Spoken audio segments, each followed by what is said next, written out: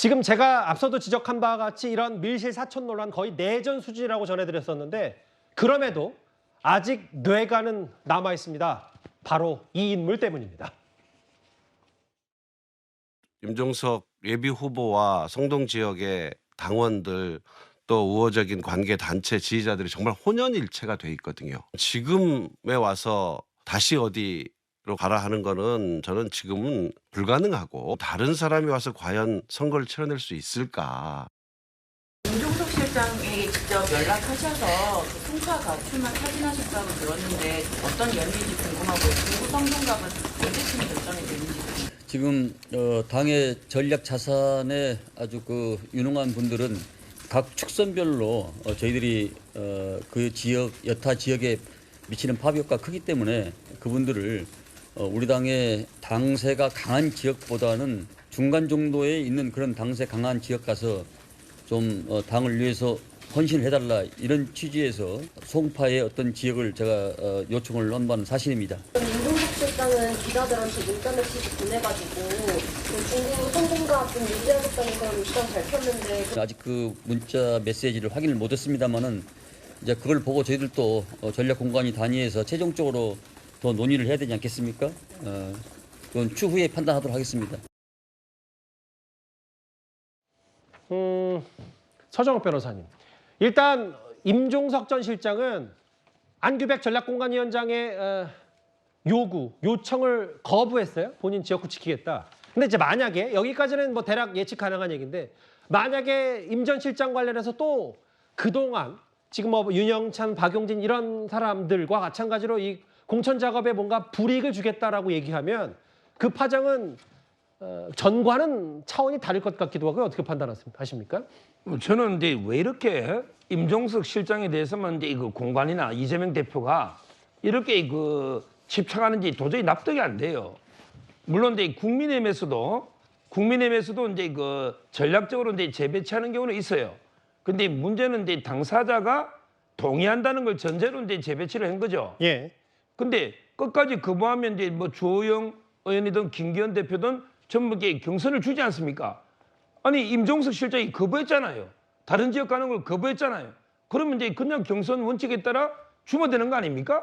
왜 끝까지 저는 사지로 가라는지. 이게 그 본인은 이제 이명박 위원장은 이제 뭐 중간 정도 지역이다 송파가. 근데 그렇게 누가 봅니까? 송파 갑하고 어른 병은 모르겠어요. 예. 근데 갑하고 어른요 국민의힘의 텃밭이 맞아요. 강남 상구의 하나입니다. 예. 지금 이제 그 박정훈 앵커가 지금 이제 공천을 받은 상태죠. 예. 여기에 임종석 실장을 가라? 이거는 제가 보기에 사죄에 가라는 거랑 똑같거든요. 굳이 이렇게까지 저는 임종석 실장에게 책임을 묻고 어떻게 보면 이게 탄압에 가까울 정도로 하는 도저히 이유가 납득이 안 된다. 예. 이거는 결국 이재명 대표가 자신의 미래의 경쟁자가 될 가능성이 있는 대표적으로 이제 친문에서는 임종석 실장이죠. 그리고 이제 다른 쪽에는 박용진 의원 이런 식으로 자기 경쟁자를 싹을 다 자르는 이런 게 일환이 아닌가. 이거야말로 사적 보복, 사천의 대표적 케이스죠. 예, 사천까지는 사적 보복 뭐 그분은 순환할 테고요. 김수민 평론가님 비슷한 취지의 여론조사가 어제 KBS에서 나왔는데 뭐냐면 임종석 전 실장이 끝까지 지키겠다는 그 중성동갑 여론조사 돌려보니까 임종석, 윤희숙 33대 30, 추미애, 윤희숙 31대 33. 물론 오차범위 내이긴 한데 민주당 생각과는 조금 다른 것 같아요. 글쎄요, 저는 뭐 굉장히 절묘한 조사 결과인 것 같고 사실 이 화면에 나와 계시는 임종석, 윤희숙, 추미애 세 분 다 좀 뻘쭘한 결과가 나오지 않았는가 이렇게 예, 봅니다. 예. 사실 민주당이 어느 정도는 조금 강세 지역이기 때문에 오차 범위 내에서 접전을 벌이는 것은 민주당 후보 입장에서는 좋은 일은 아니겠고요. 예. 근데 윤희숙 의원도 86 정치인 잡겠다, 내가 경제는 더 잘한다라고 큰 소리를 쳤는데 임종석 전 실장을 이기지는 못하고 있는 그런 상황입니다. 그리고 추미애 전 장관은 아마 윤희숙 전 의원도 속으로는 추미애 후보가 되면 더 만만하다고 생각할 수 있는데 추미애 전 장관하고 붙어도 뭐 경합 상태인 거거든요. 결국에는 이제 세 분 다 좀 큰 소리 치기는 어려워진 그런 환경인 것 같고 저는 뭐 민주당 같은 경우는 이 여론조사 결과로 다시 나타나는 거지만 경선을 붙이는 것이 가장 합리적인 방법이다. 그리고 이 정권 교체 책임을 묻는다 했을 때 어느 쪽이 더 책임이 있는지도 경선을 통해서 묻는 것이 바람직하지 않을까 그렇게 보입니다. 알겠습니다. 물론 뭐 오차범위 내이긴 합니다만 그 수치가 그리 추미애 전 장관을 거기다 넣어봤는데도 그리 인상적인 수치가 안 나왔다라는 포인트가 있겠죠. 알겠습니다. 잠시만요. 저희가 쭉 그 야당 얘기 위주로 전해드렸는데 조금 전에 집권 여당 국민의힘에서 공천 관련 얘기를 발표했습니다. 김연아, 류재화, 홍연선 단수 공천을 한다. 지역구들이 어딘가요? 한번 쭉 볼까요? 그러니까 예상이 됐던 대로 서대문 의뢰 박진전 외교부 장관이 우선 추천이 됐다. 그리고 경기 오산 여기 민주당의 5선 의원인 안민석 의원의 지역구인데 이 레이나로 그 EBS 강사 레이나로 유명한 김우은 씨가 오산 지역구 안민석 의원에게 도전한다. 이 얘기가 나왔어요. 이거 짧게 토크를 좀 해봐야 될 것 같은데요, 허 기자님. 네. 사실은 지금 국민의힘이 아직 그 공천 작업을 3분의 2 정도 마쳤지만 자객, 표적, 뭐 전략 공천에 대해서는 아직 그 뚜껑을 안 열었었는데. 그렇습니다. 예. 저기 보면 글쎄 우리가 저희 뉴스탑10에서 강사계 김태희라고 소개했던 저 예.